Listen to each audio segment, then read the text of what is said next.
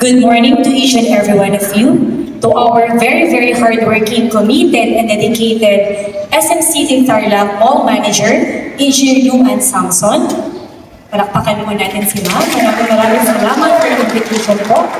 To our PNP representative, ang ating nirerespeto Chief of Police, Police Lieutenant Colonel Sean C. Logroño. Palakpakan po natin si Sir. Maraming salamat po.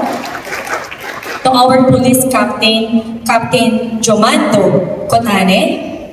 To our City Administrator, ang ating masipag, talaga nga naman, napakahusay, napakagaling, napakatalino, ang ating very own Attorney Joselito Castro. Palakpakan natin si Attorney.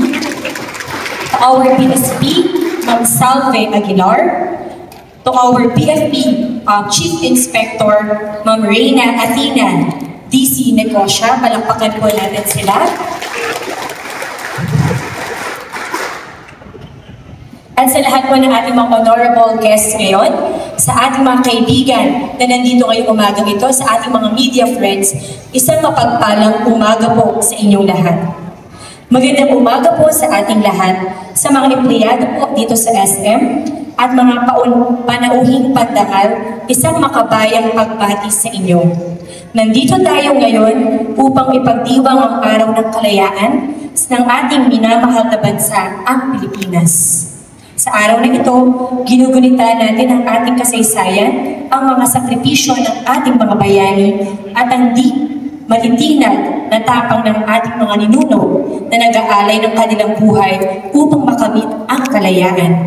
Balikan natin ang nakaraan upang muling sariwain ang kagitingan ng lahat ng lahing Pilipino.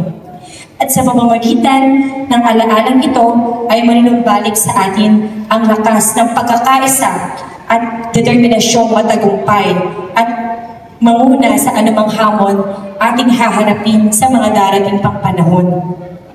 Ang kalayaan po ay hindi lamang isang karapatan, kundi isang responsibilidad. Tayong lahat ay may tungkulin na ipagpatuloy ang nasimulan ng ating mga bayani. Sa bawat araw, sa bawat kilos, at sa bawat salita, ipakita natin ang pagmamahal sa bayan. Sa pamamagitan ng pagiging masinop, matapat, at magalang sa ating kapwa, may papakita natin ang tunay na diwa ng kalayaan. Bilang Pilipino, ang ating pinakamalaking ambag sa ating bayan ay ang pagsusumikap na maging mabuting mamamayan. Ang kaalaman at kasaysayan ng ating natutunan ay magbibigay sa atin ng kakayahan upang makatulong sa pag-unlad ng ating bansa at ng syudad ng Tarlac. Ang mga simpleng gawain tulad ng pagtatapon ng basura sa tamang lugar, paggalang sa nakakatanda, at pakikisa sa mga programa ng ating syudad ng Tarlac ay ilan lamang sa mga paraan upang maipakita natin ang ating pagmamahal sa bansang Pilipinas. Muli po, ako po si Konsehala Kitty Angeles po, kaibigang tunay, kaisa tayo, isang makabuluhang pagdiriwang ng araw ng kalayaan sa ating lahat.